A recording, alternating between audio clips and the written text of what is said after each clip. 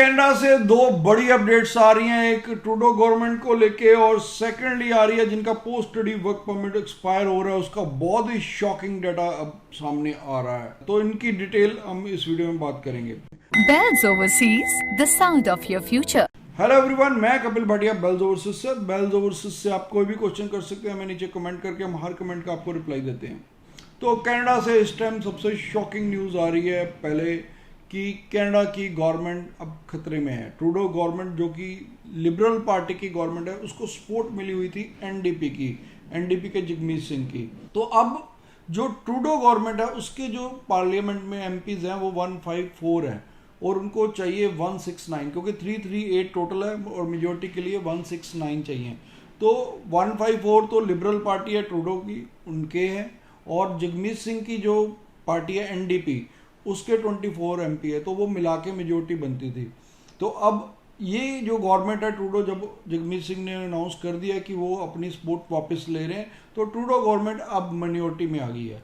तो इसका इफेक्ट आने वाले टाइम पे इमिग्रेशन में पड़ेगा, क्योंकि इनके जो अपोजिट पार्टी है वो है कंजर्वेटिव पार्टी। वो शुरू से ही इमिग्रेशन के और भी ज़्यादा अगेंस्ट रही है। अगर मान लीजिए ट्रूडो गवर्नमेंट गिर जाती है किसी कारण भी, वैसे तो इलेक्शन 2025 में ड्यू थे, लेकिन अब 2024 में जगमीत सिंह ने सपोर्ट विड्रॉ कर लिया है, तो अब ये इलेक्शंस जल्दी भी हो सकते हैं, क्योंकि ट्रूडो गवर्नमेंट को अब अपनी मेजोरिटी साबित करनी पड़ेगी पार्लियामेंट में।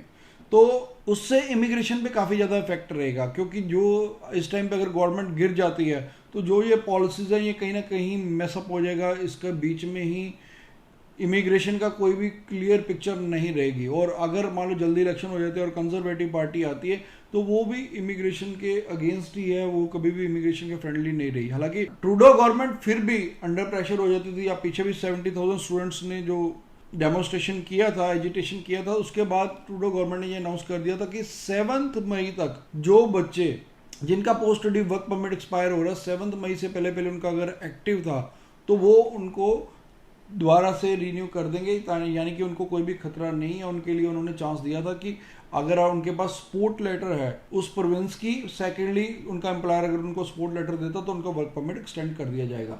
लेकिन अब जो मई से लेकर दिसंबर तक है वो बहुत शॉकिंग डाटा सामने आया कि वो तकरीबन 5,36,000 है ऐसे लोग जिनका पोस्ट स्टडी वर्क परमिट मई से लेकर दिसंबर तक एक्सपायर हो रहा है। तो अब इसका क्या करेंगे वो?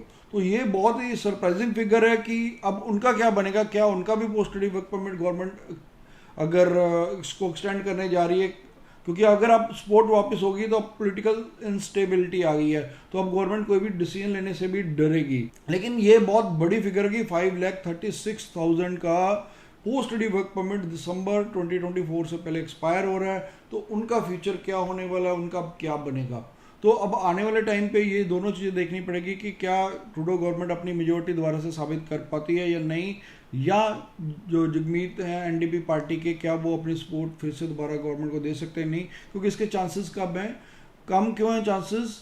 क्योंकि इस टाइम पे ट्रूडो गवर्नमेंट की वहाँ लोग उससे खुश नहीं हैं, और कहीं ना कहीं जो अनएम्प्लॉयमेंट है या हाउसिंग क्राइसिस है, हाउसिंग क्राइसिस में देखिए कि ये जो 5 लाख पीआर दे रहे हैं एवरी ईयर और हाउसिंग सिर्फ बना रहे हैं 2 लाख, तो वो खुद ही गैप 3 लाख का क्रिएट कर रहे हैं। हाउसिंग क्राइसिस तो वहीं से आने, क्योंकि गवर्नमेंट की पॉलिसीज नहीं सही थी। सेकेंडली अनएम्प्लॉयमेंट, क्योंकि इन्होंने पहले स्किल्स की तरफ ध्यान ही नहीं दिया। अब जब बहुत ज़्यादा अनएम्प्लॉयमेंट होगी, अब ये देख रहे हैं कि कौन कौन से ट्रेड में हमें रिक्वायरमेंट है, उसी में हम उसके अकॉर्डिंगली उनको पीआर में डिज़ाइन कर रहे हैं। तो ये चीज़ शुरू से चाहिए थी कि आप अगर स्टूडेंट वीज़ा भी दे रहे हैं या लोगों को वर्क परमिट में बुला रहे हैं तो आपको ये चीज़ ध्यान देनी है। फिर भी गवर्नमेंट की सबसे बड़ी ब्लंडर रही कि आप रिफ्यूजीज़ को बुलाई जा रहे हैं, रिफ्यूजीज़ आके क्लेम कर रहे हैं और रिफ्यूजीज सबसे ज़्यादा बर्डन हो रहे हैं सोसाइटी पे, जबकि ये करप्ट कर रहे हैं स्टूडेंट वीज़ा को। स्टूडेंट वीज़ा तो आपको अच्छा खासा रेवेन्यू देता है किसी भी गवर्नमेंट को, तो वो अगर थर्ड लार्जेस्ट अगर आपकी कंट्रीब्यूशन है उसकी इकॉनमी में, लेकिन आप रिफ्यूजीज़ को तो बुला रहे हैं और स्टूडेंट्स का कोटा कट कर रहे हैं, आप उनकी जीएसटी डबल कर रहे हैं, कैपिंग कर रहे हैं। There are so many things जो अभी गवर्नमेंट ने की है। तो ये अब गवर्नमेंट को डिसाइड करना है कि वो किस दिशा में जाना चाहती है। क्या वो कनाडा की इकॉनमी को और बेटर करना चाहती है या रिफ्यूजीज़ को बुला के वहाँ पर यही मैस क्रिएट करना चाहती है? फिर भी अगर आपका कोई क्वेरी है, क्वेश्चन है, आप नीचे में कमेंट कर सकते हैं, हमारे कमेंट का आपको जवाब देंगे। Thanks for watching. Bells Overseas, the sound of your future.